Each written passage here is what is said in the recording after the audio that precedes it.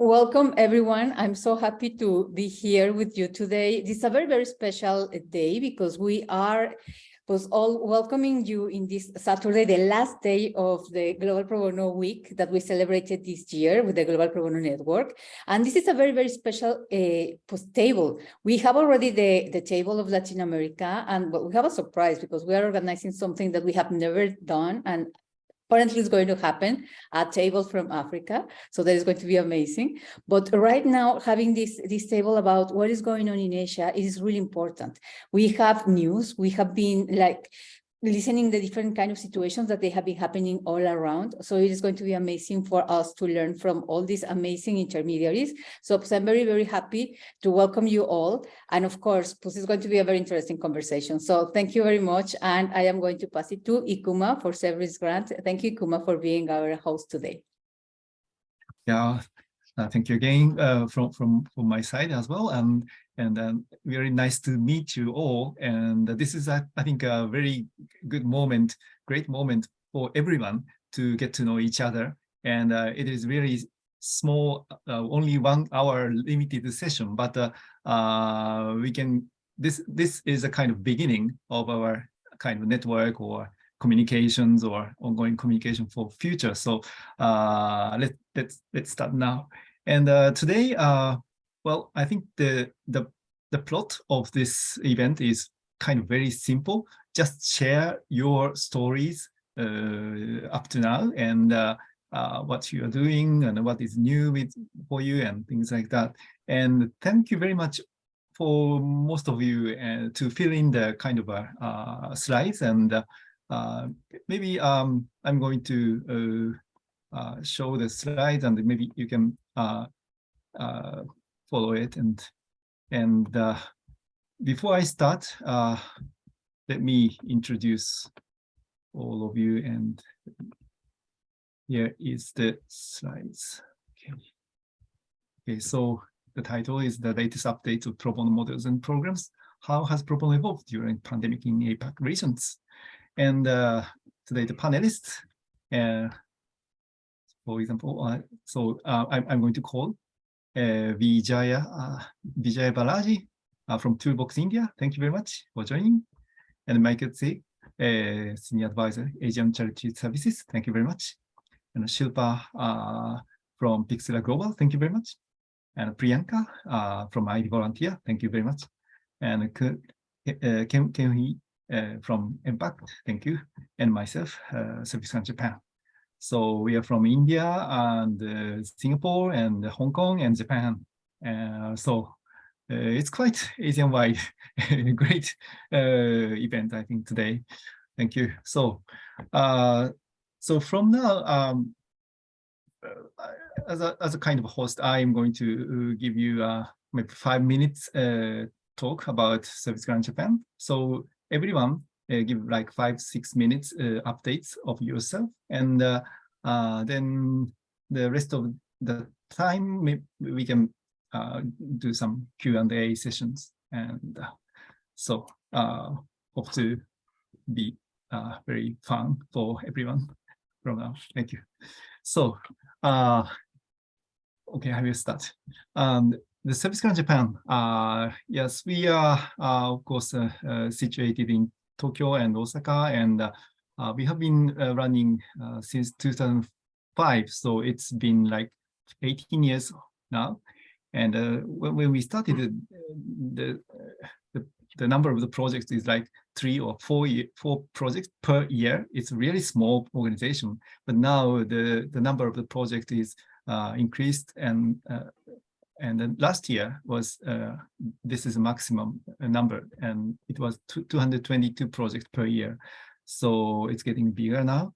And the topic is here is like 131 projects are done by team projects. It's like 5 people make a team and do pro bono services to the nonprofit organization. And these are the new one, 91 projects by online platform. It's a basically one person helps one organization, so one by one model. The online platform, it's called Grant, is our kind of a next very strategic, important tools for us. And we just received a Good Design Award. This is a domestic one, a Japanese award, but we got the Good Design Award. And actually, we received the Good Design Award in 2010 for the team projects. And after 12 years, we also received the Good Design Award to the online platform, the grant as well. And so, of course, this is not just a graphical sense of the good design, but as a system design, they awarded this award. And we also studied this year a new model called Social Action Academy.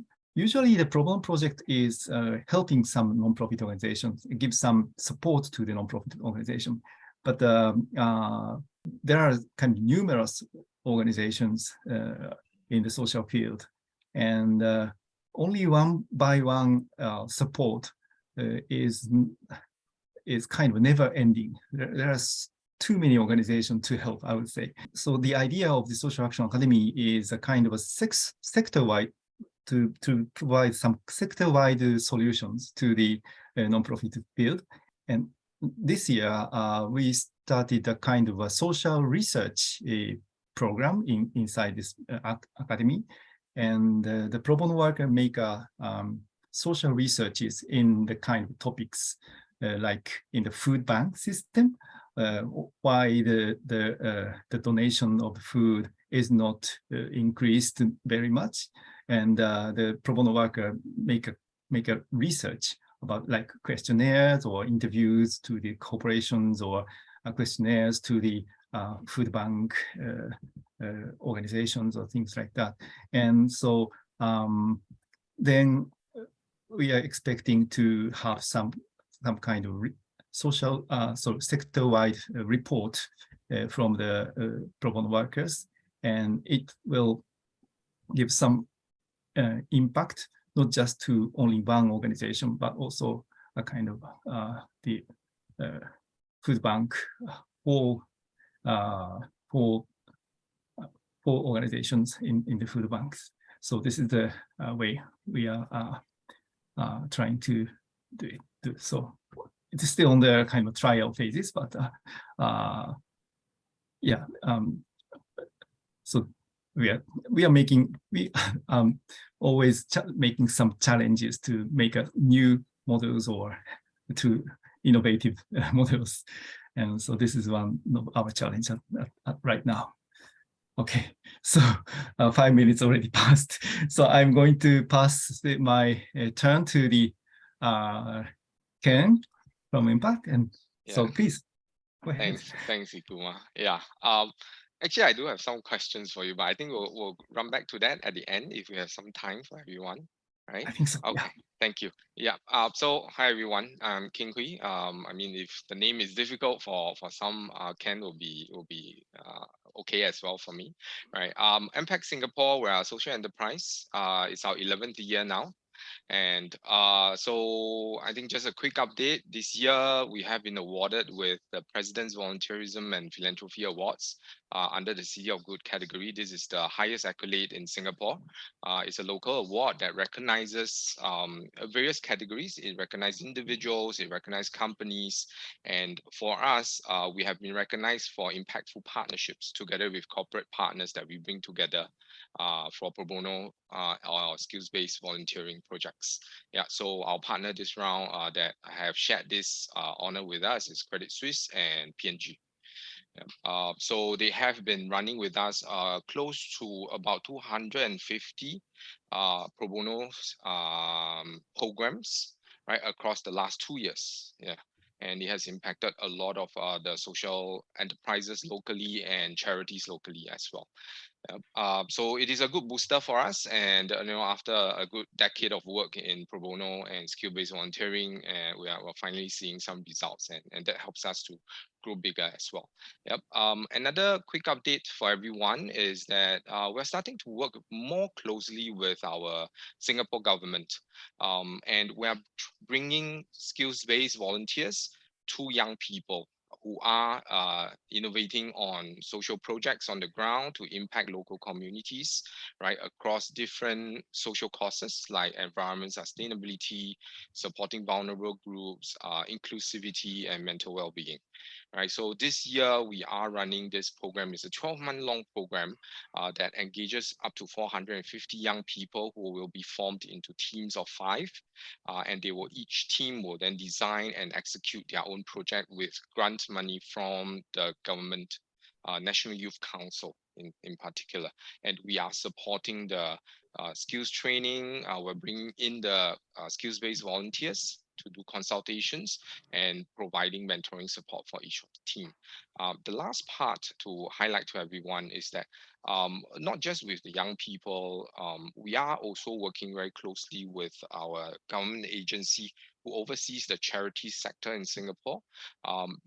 The government agency has been very successful in developing volunteer management capabilities in charities in Singapore, such that volunteers are now, we have increased by over 20%, right, between the last year and the previous year and last year, in terms of volunteers coming in to support in events-based volunteering opportunities or role-based.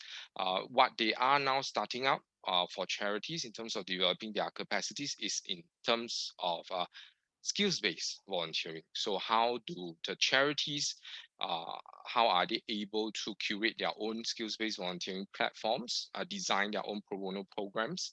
So this is where APAC comes in. We have been just recently awarded this contract by the government of Singapore to pilot this with up to 8 local charities as a pilot trial over 4 months. And from the pilot trial, we're developing the full framework and toolkit that the national agency will take for sector-wide adoption. Yep. So we're very excited with some of these big projects that are impacting the country on its own. Yep. So that's just a very quick snapshot of APAC in Singapore. Thank you. Thank you very much, Ken. So the next one is, sorry. This is for Vijaya. Maybe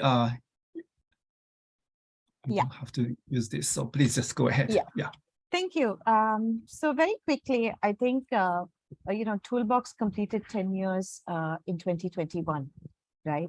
And when we started our India operations, it was really pro bono support through management consulting, and we had completed more than 600 projects in the 10 years. But 10 years later, we began to really start looking at what could we also sort of do differently, right? We realized that pro bono, short-term volunteering, skilled volunteering is fantastic. But one of the main things that we also saw, especially in 2020 with the pandemic, right? 2 things emerged. The type of volunteering that we wanted had to slightly change. The year 2020-21 saw a lot of people working from home. And so people had more time, and so they wanted to do more. But we knew this would be a short-term phenomenon because people would go back to regular working models. But 2020, 2021 allowed us to really engage volunteers a lot more. We also noticed in these 2 years, apart from civil society participation across the country, and as I'm sure the other panelists will talk about it, I will restrict it to skilled volunteering. The need for very specific support in the areas of digital communication, technology adoption, we saw it tremendously increase. And all of you will know that India has an extremely large number of registered nonprofits. And this really became sort of the thing that we started supporting them. And what we started therefore doing is we became more domain focused. We started focusing our volunteering efforts typically instead of across all management functions. We looked at finance, human resources, communication, and technology. Because while we don't directly support fundraising efforts, which everybody wanted, we knew that through strengthening their communication function would allow them to to improve their fundraising. 2022 is when we're very excited. You know, Shashwat joined us at Toolbox. There's almost a new team and there's a new energy, and we launched a new program. We're in a pilot program. And our whole philosophy now is how can we make skilled volunteering supported, pro bono work, whatever we're supporting nonprofits, how do we make it more sustainable for them? How can we work in such a way that it's not just volunteers coming in, doing something and stepping away, but we've left them with a sustainable skills transference. And that's what the Toolbox Value Circle program is about. As I listened to Ken's update about impact, this is a program which has hands-on training, it has advisory, it has project-based support, and we're working with a curated, selected organizations of 20 in the pilot. And based on how this works out, we hope to have 2 value circle programs in a cohort model in the next year. The whole idea is to train them, to help them adopt, and to help them create those tools which are required, which embed those skills in their respective organizations and teams. So that's it from Toolbox. Thank you. Wonderful. Thank you very much. Oh, really amazing. So, so can I go next? So just go through that, everyone. So the next one is, okay, Michael. Michael, your turn, please. Hi, sorry, I think I have the most busy slide. I apologize.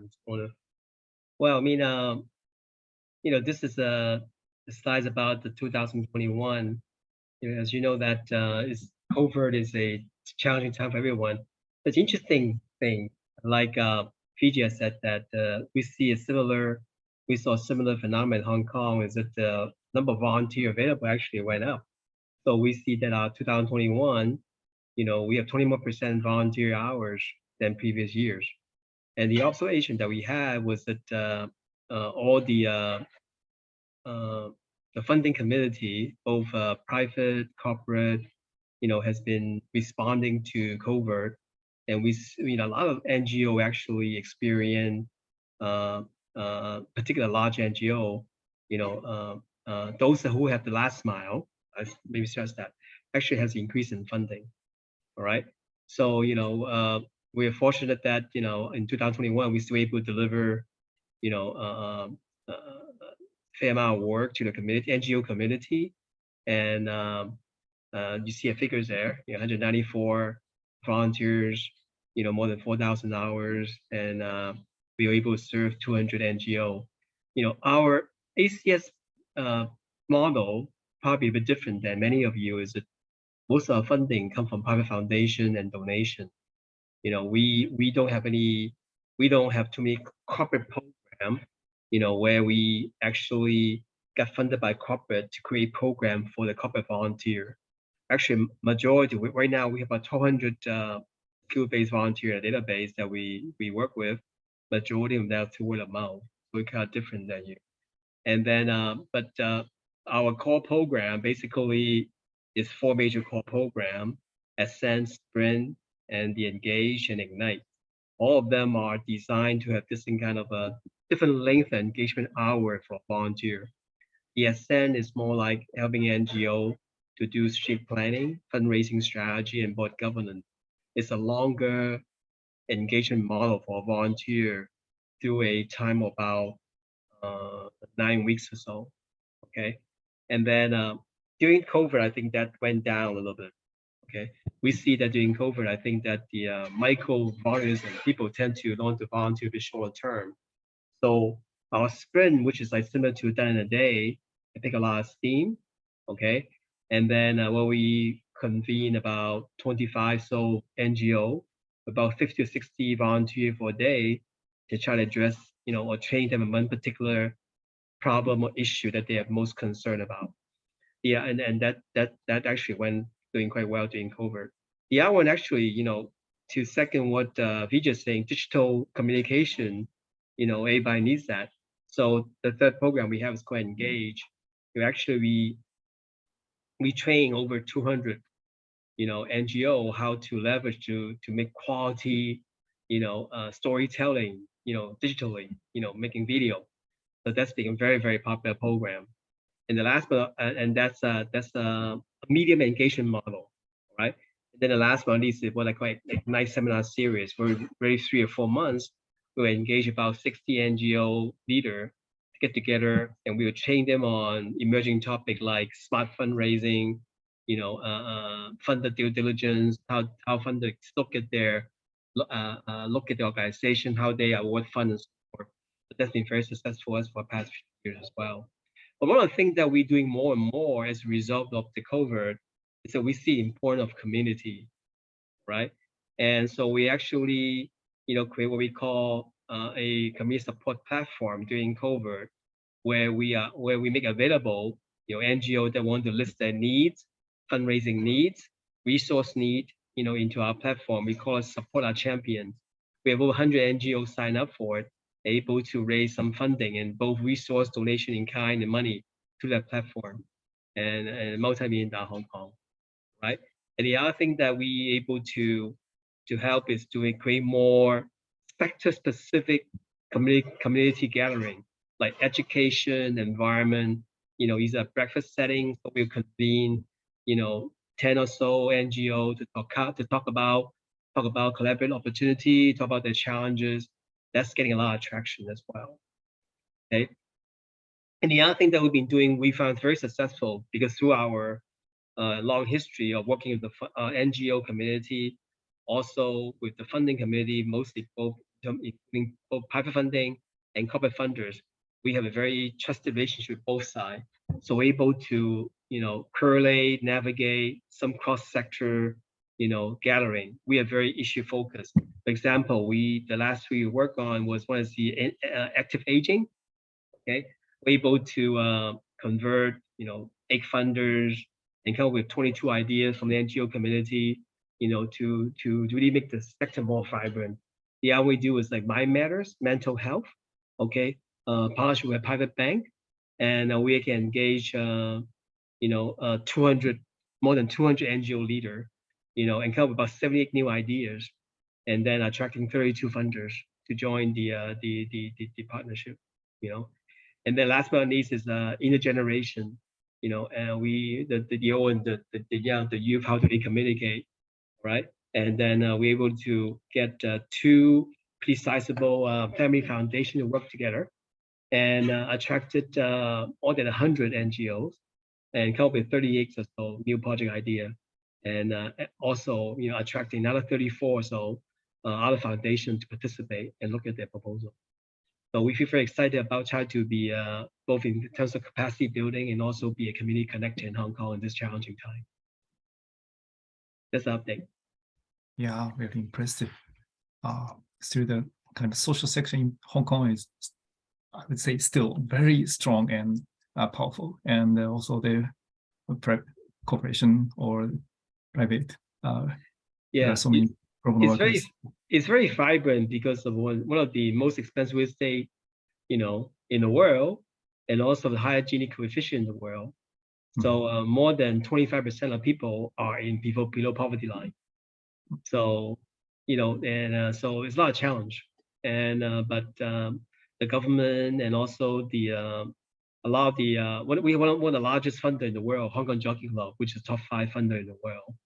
And then so how do you engage them to making sure resources are being allocated? It's very interesting time now, challengingly interesting time. Yeah, thank you very much. Okay, so the next is Shilpa, I think. Could you make a presentation? Yeah. I just wanted to start by saying thank you, Ikuma-san, for putting this together and for hosting this platform. And Meena, thank you for this opportunity. I think this is great.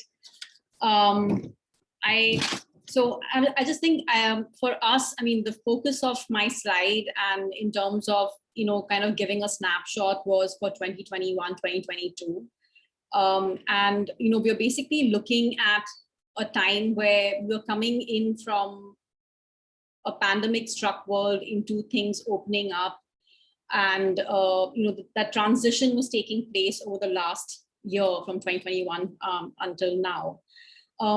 So what we saw was, in terms of keeping aligned with Pixera Global's mission, which is solving the world's most pressing problems one community at a time, keeping aligned with that mission, and also maintaining the integrity of our in-person programs, and kind of looking at how do we maintain that integrity while we transition into virtual program designing.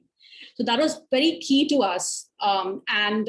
Meanwhile, we had our corporate partners who did not want to pause, and they wanted to continue kind of capacitating and supporting organizations, even in this transition from a pandemic to a post-pandemic world. So what we did was, I kind of wanted to highlight, one is that, in the past year, through virtual program designs, we've been able to engage more than 300 employees. We've been able to support more than 40 social sector organizations, and we've done this across geographies. So we've had programs that have run virtually in India. We've had employees from the Philippines, India, Singapore, Hong Kong, Saudi Arabia, and South Africa. And we've also supported organizations from India, organizations that were in these other continents and countries. So the programs that we've run in the past year have actually ranged, which is, to me, today when I was thinking about it, I was thinking about this presentation, I was like, okay, the programs have actually had a span of, or a duration of 2 days to 12 weeks. And we've been able to create impact and deliver irrespective of the duration of these programs. And I wanted to kind of give an example of one of the programs that we ran, and this is the 3rd year that we've been running this program with MasterCard. This is MasterCard's launch for social impact program. The uniqueness of this program is that it engages, and it has engaged over the past 3 years, over 240 new hires. So not only are we engaging virtually 240, a large number of employees, but we are engaging new hires. So I think the new thing that we saw here was that skills-based volunteering is not just impactful when it happens, when we are engaging employees who are mid-level or senior level executives, but we also saw the same impact with new hires. The other thing about this program, this particular Launch for Social Impact program, is that it's a challenge format. So we had about 19 teams in India itself competing with each other to give solutions to the challenge, or to the challenge that the organization, the NGO, was facing. And what happens as a result of this is that not only does the NGO, the NGO chooses the winner, but not only do they get a winning solution, but they end up getting an array of solutions, because everything gets submitted to the organizations. Since the past 2 years, 3 years that we've run this program, we've had the organization telling us that they've been able to pick and choose, a solution from different teams over the year. So it gives them a wide range of solutions. They get, process designs. They get analysis, assessments, research, which all addresses their challenge. So this is something that I found which was unique in what happened in terms of virtual program designs. We also had another workshop that we conducted with Dell India employees, which ran over 2 days. The workshop itself ran over 2 days. And of course, I'm not going to get into the preparatory work that we do with the employees in terms of, preparing them for the workshop and what they should expect. And I'm not going to get into the engagement that happens with the employees and the NGOs prior to the 2-day workshop.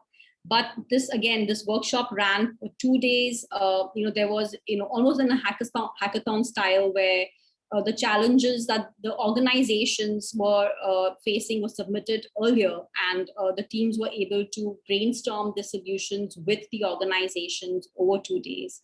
And I think what I wanted to highlight here is that, no matter what program design, no matter whether it's 2 days, 12 weeks, 4 weeks, 8 weeks, what we're seeing is that at the end of it, the organizations, when we conduct our immediate impact surveys, and we also do a 9-month and a 12-month survey, when we do these surveys, what we see is that no matter what the program design and no matter what the duration, the impact, and the capacity building and support that the organizations or the social sector organization get is the same. They benefit from the engagement no matter what. The second point I want to quickly dwell on is the transitioning back. So this year we are seeing a transition back into in-person immersive programs.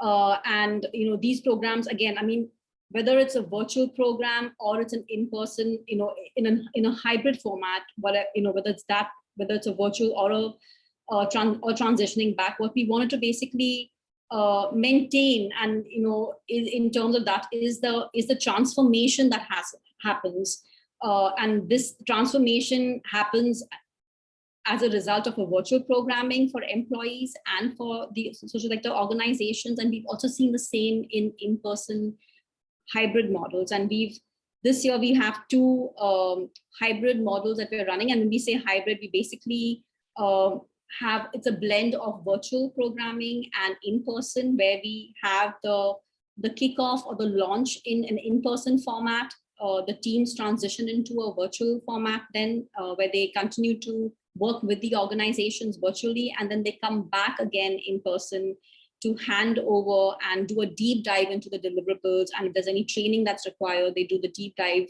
then, and there's a final closeout and wrap up. The combined volunteer hours that we've plugged between 2021 and 2022 is approximately 50,000, a little over 50,000. And the third point that I wanted to kind of dwell on is an integrated,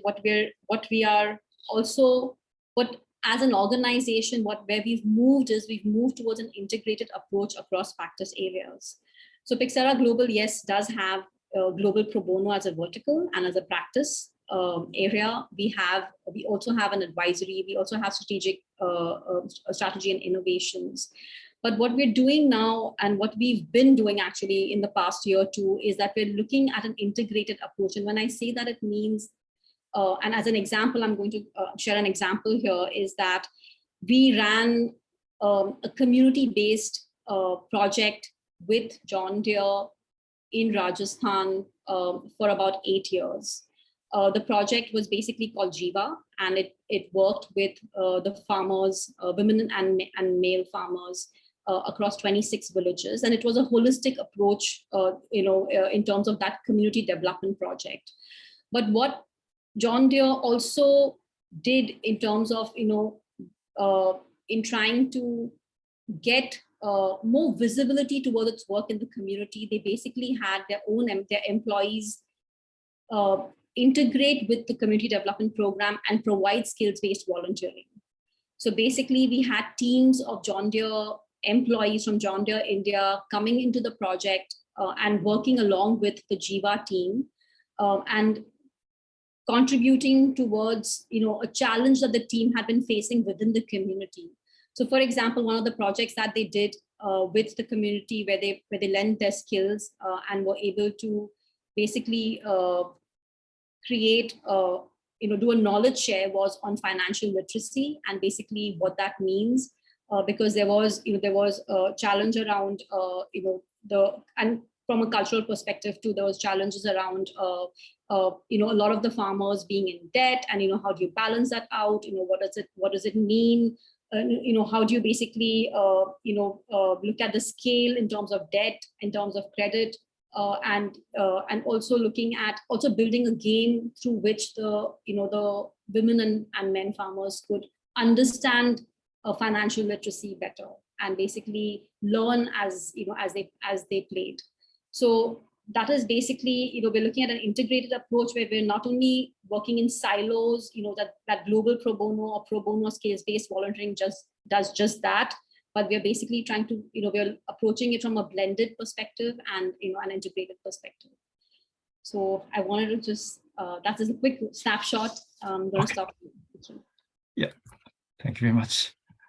Yeah, it's amazing. And I'm sure you you've got, I think, the biggest impact by the pandemic, and but also you made a lot of innovative models, and it was really impressive. Thank you very much for sharing.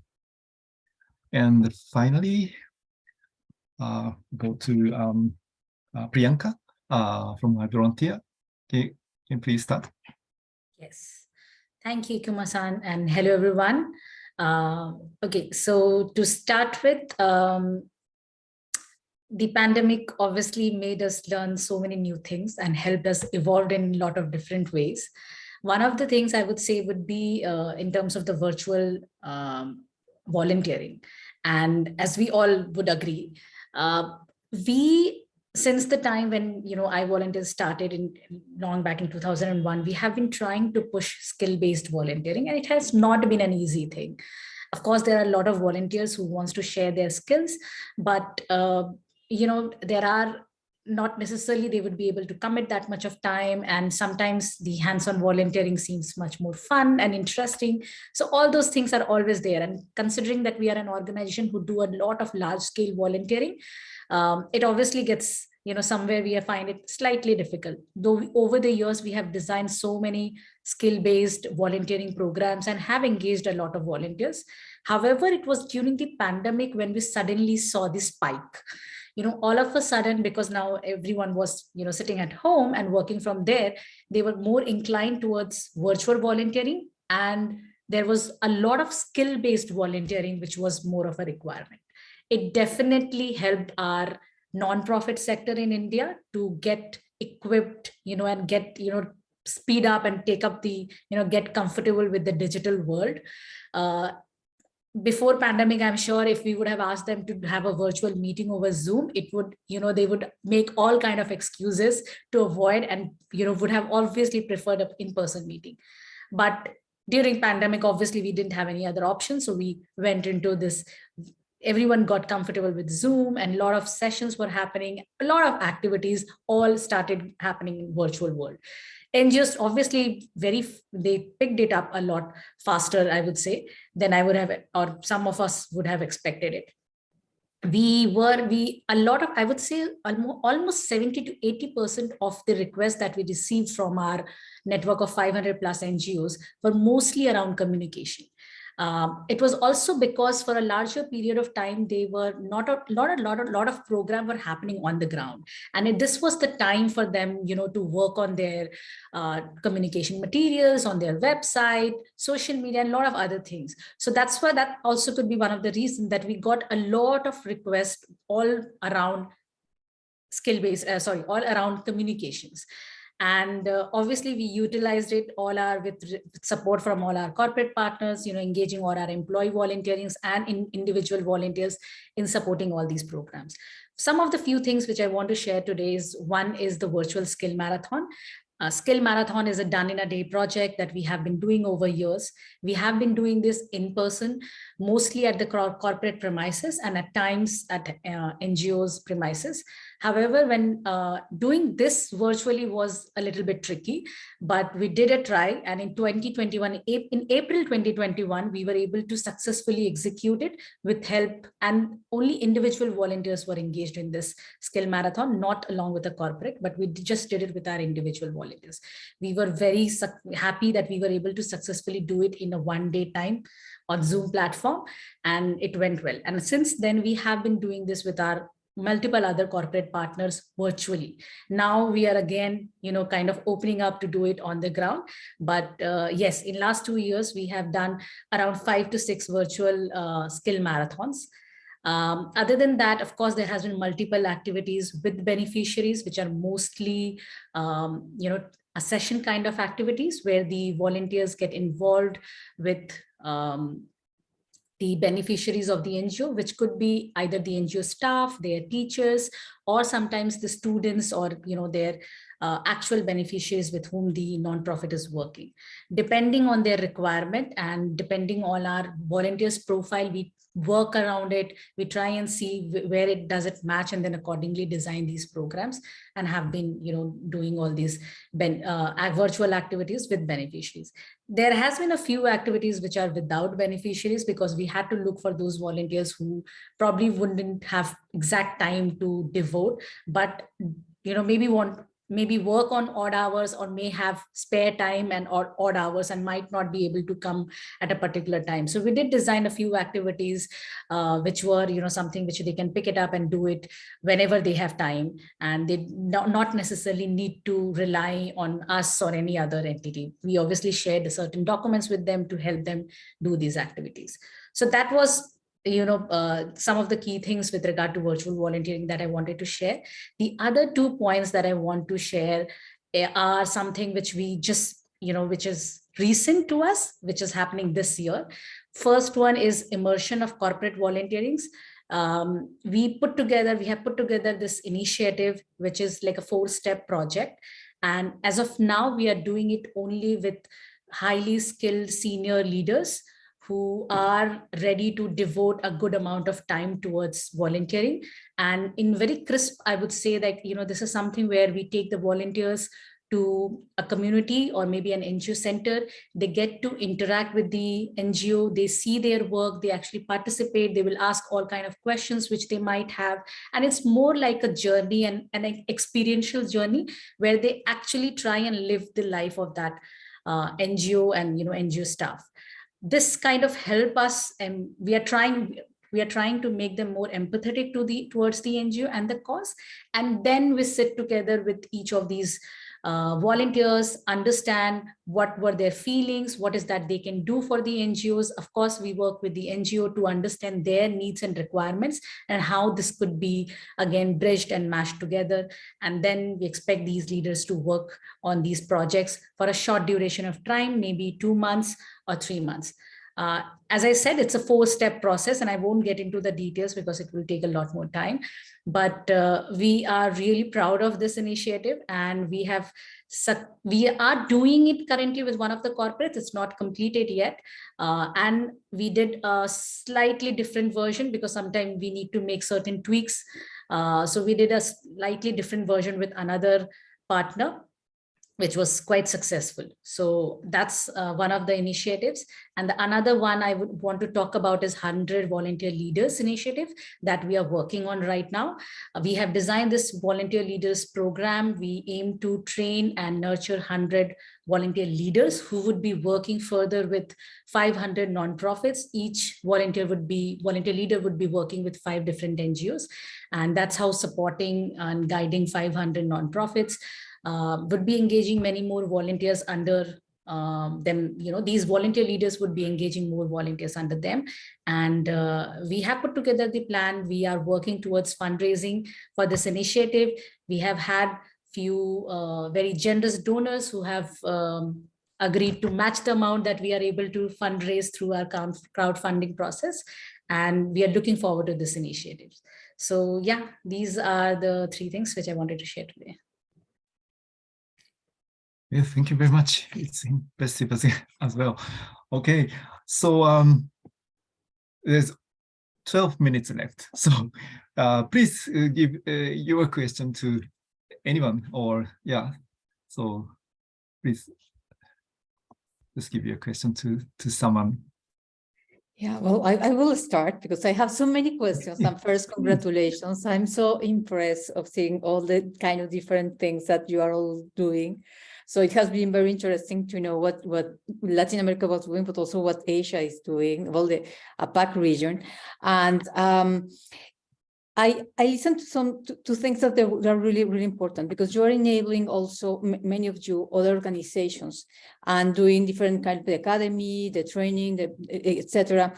Is that based more for them, like to do it for their organization, or is something that you see that there's like the potential of the interest to becoming a pro bono intermediaries? Whoever wants to answer. Could you just repeat the question again, Meena? I didn't get that very clearly.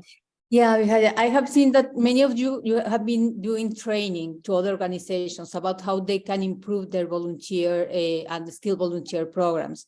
My question is around if you have seen in them like the interest also to become pro bono intermediaries, or this is something that they are using just for the benefit of their organization.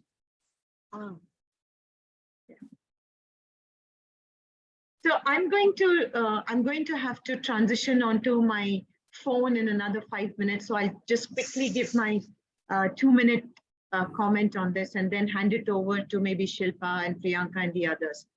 So I think as far as corporate employees go, we definitely see a lot of interest in them to kind of channelize the skills of their employees to work with nonprofit organizations. Many of these include organizations they fund who are part of their portfolio and also outside of it. So that's where we've largely seen this. I think, Meena, thanks to your introduction, we are working closely with other partners globally too, more from an exchange perspective.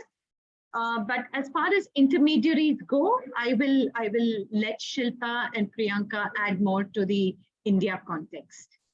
I think I wanted to add on to Meena's question because I had a similar question.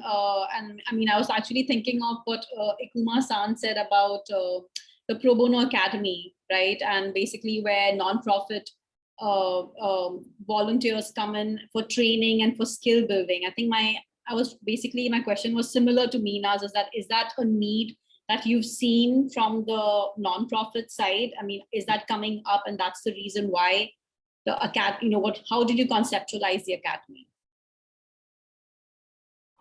Well, the concept is not, well, it initiated from some 1 or 2 organizations' needs, but the solution can be sector-wide. So when we make some interview with food bank, they have a lot of challenges and difficulties. And when they make a kind of research around the food bank, the result will benefit not only for that food bank, but also the all the food bank, all sector of the food bank. So right. This is so it looks like benefiting one organization, but also the pro bono looks like behaving as a kind of intermediaries organizations in the whole sectors. Yeah. Okay, thank you. Well, I think the white space we see in Hong Kong, I'm sure, particularly India and Japan as well, is that, because COVID, I mean, both the corporate, what we see in Hong Kong, the funders want to see more result. So sometimes if you go for like functional type of volunteerism, you may not see the result. So a lot of the funders and both corporate and private foundation, they want to get involved in actually can touch and feel, okay, the result of their employee, the result of the funding. So we see a lot of requests now being very sector or issue specific type of volunteerism. You can call it incubation. I mean, I think Ikuma-san calls it, academy, but basically it's convening people with similar type of interest, similar issue, have them compare and start to collaborate. I mean, talk about food-wise, Hong Kong is a big thing. We have Feeding Hong Kong. We have Jockey Club actually now funding a major program to actually automate machine where the poor can go get food at night, and when they apply for it. So it's getting, when you have people collaborating together across sector and you see some interesting result, I think that's what I see in Hong Kong. And I think that may be quite a different term, but when you converge people together, the funders and then NGO who may be seemingly competing, you see some interesting thing emerge of that, and then volunteers is a part of that. So we see a lot of funding, funding intermediaries to incubate this kind of idea in Hong Kong. Thank you, Michael. The question was very much around because what we have been seeing now is that in the past it was like more like a compete thing, right? That it was like what we are competitors in some way, but now it has changed and it's a lot of collaboration. and it's a lot of sharing, but real collaboration, and even how can I enable you to learn more about what I am doing so that you can be someone that can represent me or that we can do something together. So we have been seeing that that's really, really interesting, because that means that we also need more actors and more more intermediaries, because for so many other countries. Actually, I don't know if Mahmoud is here. They presented because their organization in one of the sessions of Pro Bono Week, because they are very interested in starting activities. They are already in Indonesia and in other countries. And I don't know if you have a question, Mahmoud. Yes, I'm here. Yeah, so last week, actually, a couple of days ago, we had a presentation about what we do as Dance Global Impact, which is a social enterprise that we work in 3 different locations: Indonesia, Kyrgyzstan, and Tanzania. And yeah, our main focus is basically on education and civil society. Education, we focus on the school administration, students, parents, as well as teachers. Like we have different programs, around like 16 projects that we have for schools and civil society. And for civil society, we focus on capacity building and providing social loans for these organizations who are interested to do the work in these countries. So yeah, I mean, this is basically what we do in the 3 countries. And now we're in the process of opening up the channels for different partners to be part of our network as well, and for us to be part of their network. That's why we're happy to be included within the Pro Bono network. As I mean, the thing we do is literally pro bono in these countries, and even for these civil society. So I think here we have the areas of cooperation, I would say, between us and different organizations. And I was very interested to hear about like different programs that you guys have presented today. So I mean, I see lots of potential cooperation, to be honest, especially with volunteerism across our beneficiaries and it's either and stakeholders. Yasmina. Okay, thank you, Mahmoud. So, well, and we have been seeing these kind of things really, really often, because as you mentioned, Shilpa, it is more like an integrated approach, right? It's necessary now. It is, yes, of course, pro bono, but many of you, they are also matching this with grants and with resources and with different kind of connections. So my question would be more like, if you have been seeing changes, because in my perspective, now it has been different. I just interviewed on Monday for our week the CEO of a BMW Group, because he participated himself in a pro bono project with a Mexican organization. And one of the messages was, if the CEO is doing it, why the rest of the people in our corporate are not going to do it, right? And some others that they have been participating, evaluating the programs, but the CEOs, that it was like, normally you have directors that they are involved, but now what I have seen, at least the latest time, is that we have more involved of these high-level executives. How has it been happening in your region? So, I mean, I think that I can very quickly say that it is for this to happen, when a CEO participates in a skills-based volunteering program, it's the most impactful thing that can happen, because there is a trickle-down effect.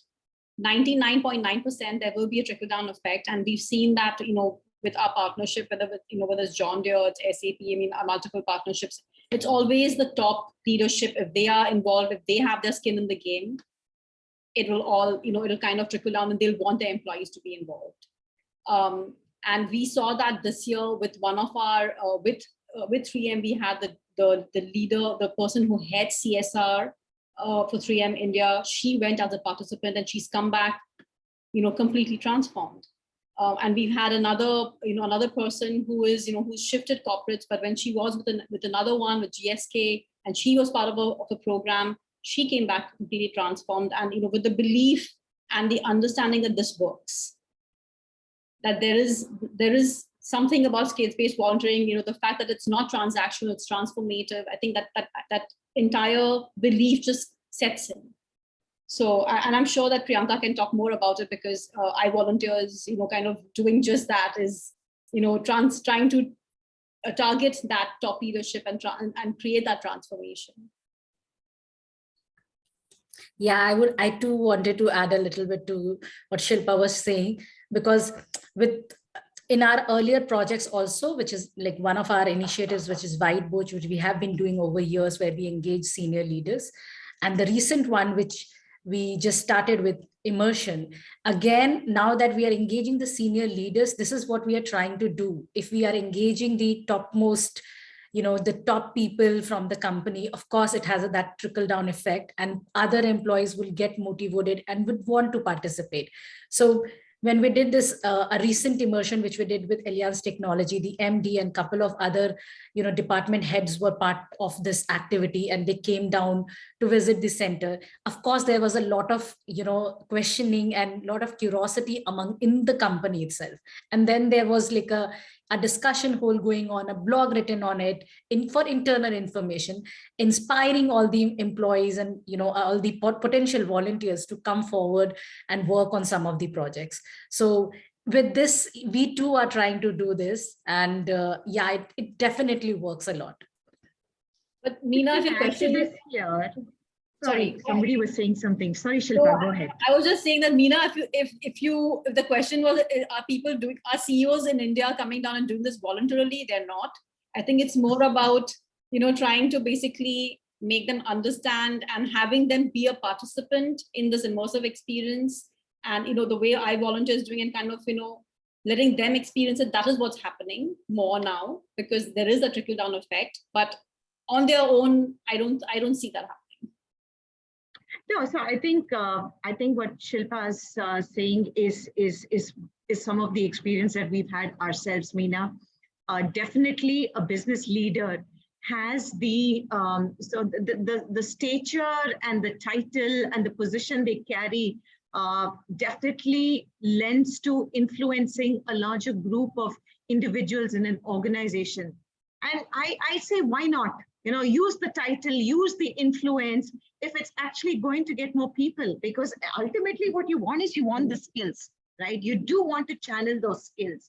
I'm joined by Anushka from my other company at Social Lens, and she also manages corporate engagements. And she will tell you that, when you have senior people involved, there is definitely a trickle down effect.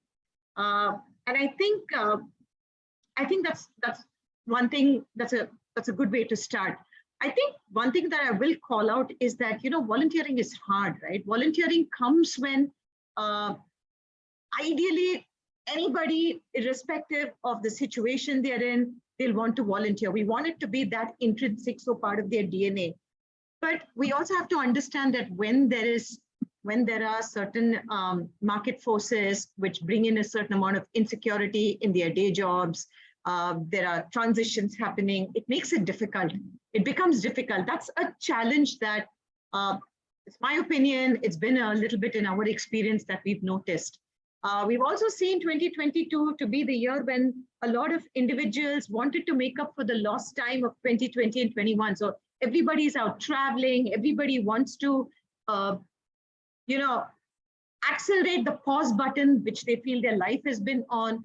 So, Toolbox gets a lot of volunteers to come and volunteer in their individual capacity, not through a corporate engagement. And it's been hard. It's not to say that we don't get, but it is hard. And these are sort of realities that we need to work around, and it'll always be on us, therefore, to see how do we make volunteering not easy, but manageable for them, so that people don't see it as number 3 on what they would do on a Saturday.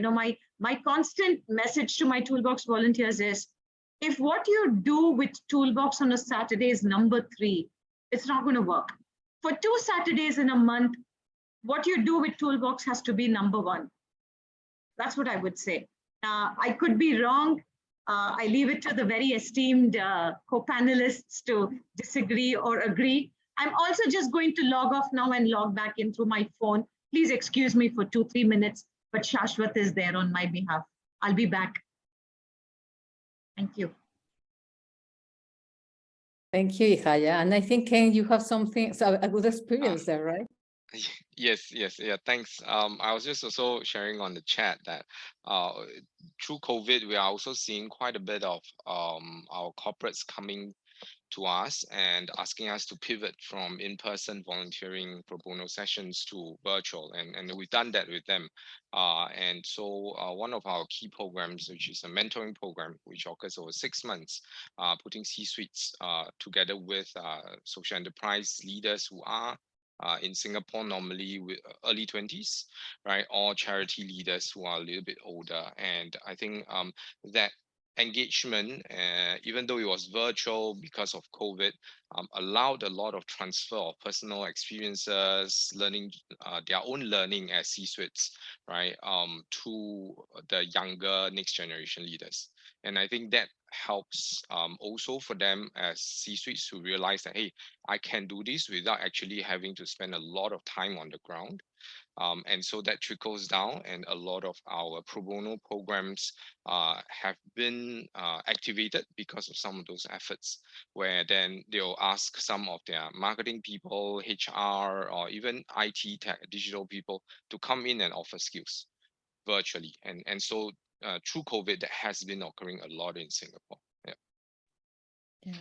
Thank you. I know that we are very up in the time, but I don't want to miss like commenting this, because we have been this year co-designing together with all the network members and an organization that facilitated a process in which we have now our new theory of change. And now, so of course, we want to move to a new kind of governance that is more circular, you know, in which all we can participate in different levels, depending how you want to be involved, but not making like a pyramid, but more like a circle in which we are all connected and participating. And with all what you have been saying, it really inspires me a lot, because I don't know if you will agree, but I think it will be necessary or important that we can have like probably the same a table every quarterly, probably, or every trimester, that we see what is going on and in which way we can also participate or help or do things. We just make this interview to the CEO, as I mentioned, but it was a podcast, so we can make some others, like Ken, with the kind of executives also that you are participating with, so that we can search examples and we can share them. We are going to do a new design of our webpage, and we are going to start putting all these cases, your information, the impact, what we have been doing with our different kind of organizations, and of course with corporates and everything. So it's a lot about communication. That's why this table was really important, so that we can share what is your region doing, because we want to showcase all of this. But I think it will be interesting that we continue having this kind of conversations more often and see what else can we do. So that is just like putting it there. If it is something that makes sense to you, we can start working with that. So thank you, Kuma. I pass it to you. Yeah, thank you. Yeah, kind of on behalf of Mina, maybe Mina is going to have a General Assembly next November, right? The end of November, right?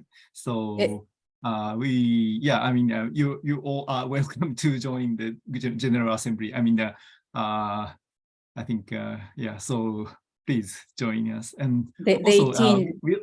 we all have, it's 18, right? Yeah, is it 18? 20? Yeah, 18? because of this celebration in the US, they have it at the end of the month. I forget the name. Shilpa, probably you know your collaborators are going to be celebrating Thanksgiving. Oh, Thanksgiving, Yeah. Oh, yes, 18, yeah, 18th of November, right? Yeah, the same time, yeah.